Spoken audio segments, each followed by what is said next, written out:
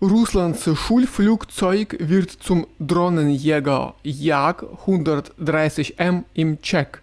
Stellt euch vor, ein Flugzeug, das jahrzehntelang nur für die Ausbildung junger Piloten gedacht war, bekommt plötzlich eine ganz neue Rolle. Es soll Drohnen und unbemannte Boote vom Himmel und vom Wasser holen. Genau das passiert gerade mit dem russischen Jak-130. Aus der fliegenden Schulbank, wie Experten sie nennen, wird eine modernisierte Version namens Jak-130M und die soll eine ganz reale militärische Lücke schließen. Schauen wir uns an, worum es dabei geht und warum manche Experten von einer Wiedergeburt der spezialisierten Luftverteidigung sprechen. Ein Werksbesuch mit Ankündigung. Den Ausgangspunkt bildet ein Besuch von Präsident Wladimir Putin im Irkutsker Flugzeugwerk.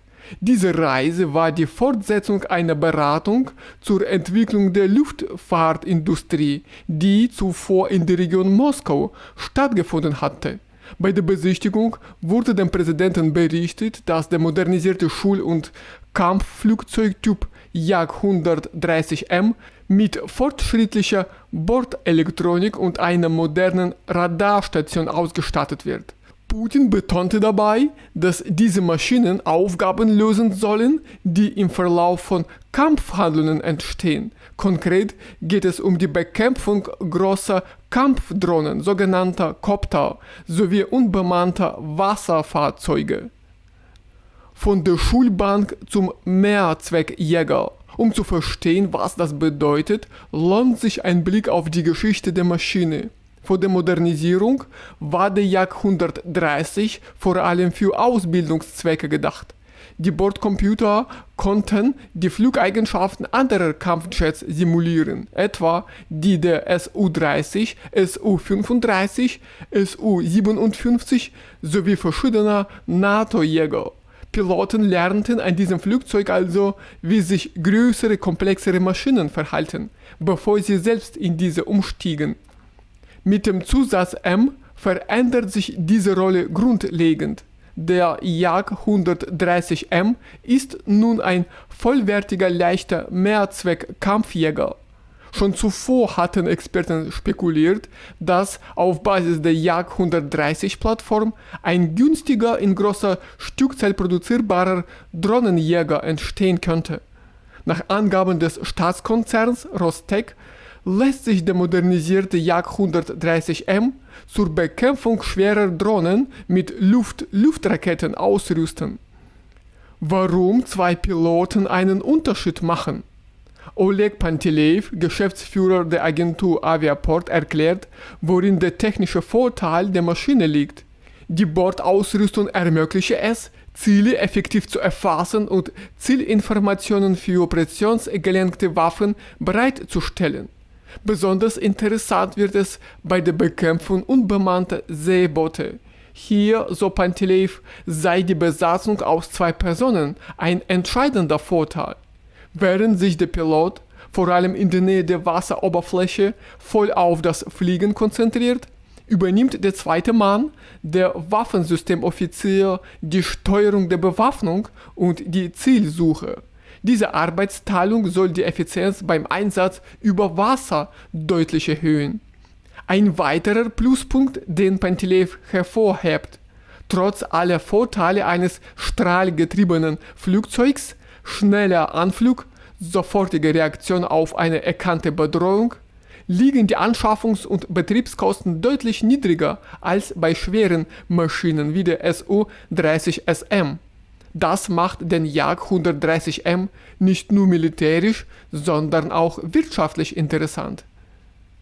Ein Blick auf amerikanische Erfahrungen. Um zu zeigen, wie ein solcher Umbau in der Praxis aussehen könnte, verweist Panteleev auf ein Beispiel aus den USA, die A-10-Kampfflugzeuge.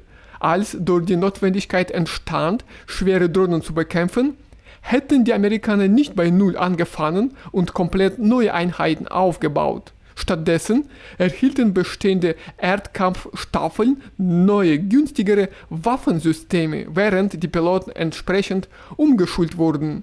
Panteleev hält diesen Weg, also die Anpassung bereits existierender Fliegereinheiten, auch für Russland für den vernünftigsten Ansatz.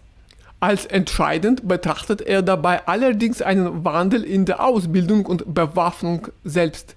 Es gäbe eine Versuchung, Piloten leichter Flugzeuge für extreme Flüge in sehr geringer Höhe auszubilden, um langsame Drohnen zu jagen. Diesen Weg hält er für nicht vernünftig. Man dürfe nicht riskieren, eine wertvolle Plattform durch gegnerische Luftabwehrmittel zu verlieren, die das Ziel möglicherweise schützen. Eine Lehre aus der Geschichte. Mit dem neuen Flugzeug stellt sich auch die Frage nach organisatorischen Veränderungen innerhalb der Luftstreitkräfte.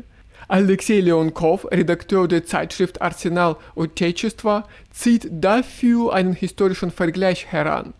Bis 1943 verfügten die sowjetischen Luftstreitkräfte über keine eigenständige Jagdfliegerei für die Luftverteidigung.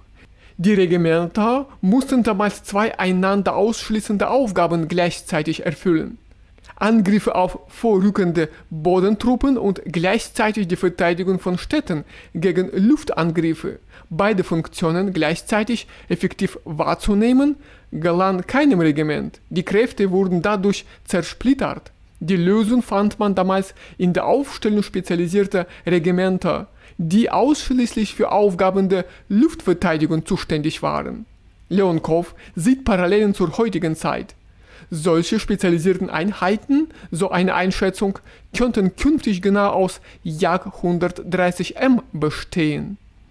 Die moderne Verteidigung integriere bereits Flugabwehrraketensysteme, mobile Feuergruppen, Systeme der elektronischen Kampfführung sowie der Funkaufklärung.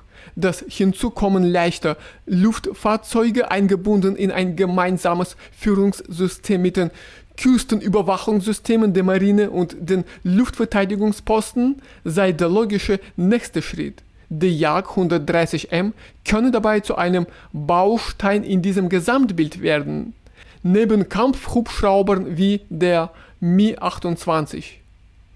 Keine Angst vor freundlichem Feuer. Ein Punkt, der bei der Integration eines neuen Flugzeugs in ein bestehendes Luftverteidigungssystem naheliegend zur Sprache kommt, ist die Sorge vor Verwechslungen. Der Militärexperte Juri Knutow stellt jedoch klar, dass hier nicht die Gefahr eines versehentlichen Abschusses durch die eigene Seite im Vordergrund stehen sollte, sondern vielmehr die durchdachte Verteilung von Zielen und Verantwortungsbereichen. Befürchtungen, dass bodengestützte Systeme wie der Panzer S oder der Tor aus Versehen ein eigenes Flugzeug abschießen könnten, hätten keine technische Grundlage. Die Freund-Feind-Erkennung arbeite automatisch. Die eigentliche Herausforderung, langsam fliegen. Deutlich anspruchsvoller ist aus technischer Sicht ein anderer Aspekt, die Physik des Abfallens selbst. Die zentrale Herausforderung bei der Jagd auf langsame Drohnen besteht, so Knutow, nicht darin, möglichst schnell zu fliegen, sondern im Gegenteil, die Geschwindigkeit so weit wie möglich zu reduzieren.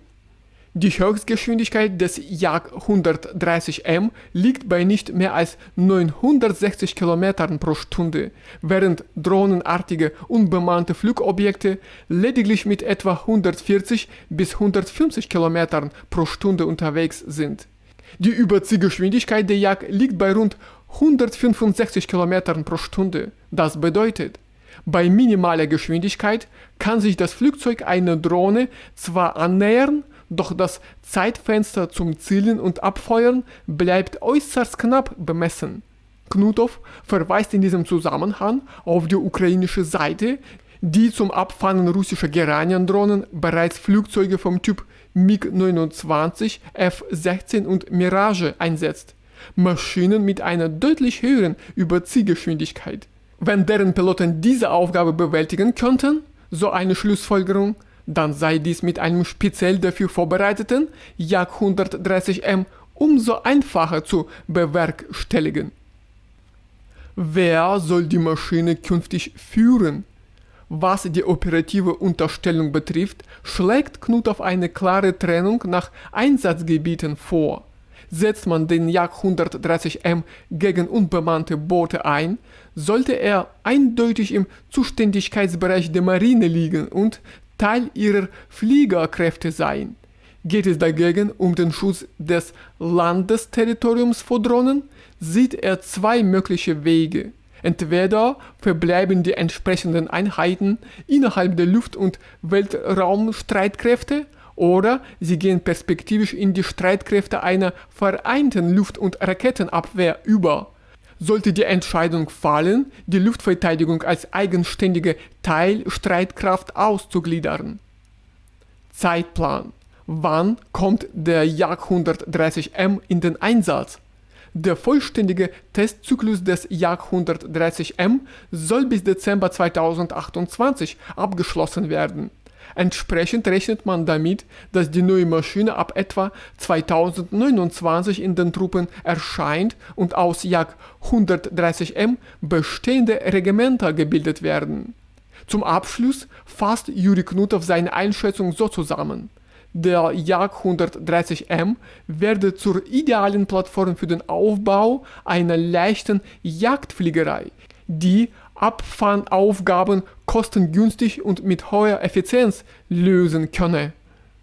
Also, danke für das Zuhören. Auf Wiedersehen.